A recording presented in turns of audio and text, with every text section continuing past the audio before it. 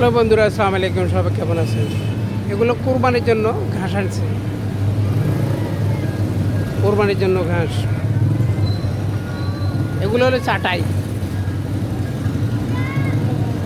টুকরি চাটাই ঘাস।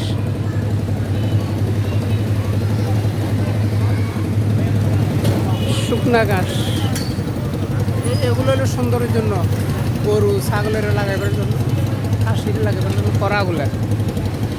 এই যে এগুলো পায়ে লাগায়, এই যে সুন্দরের জন্য ঘাস। এই শুকনা, এগুলো হলো শুকনা ঘাস, শুকনা ঘাস।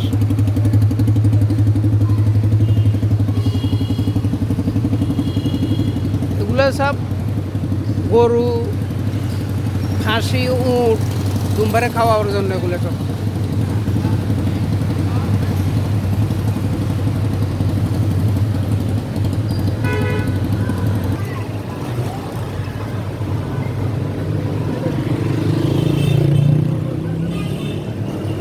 সব ঘাস বিক্রি করে।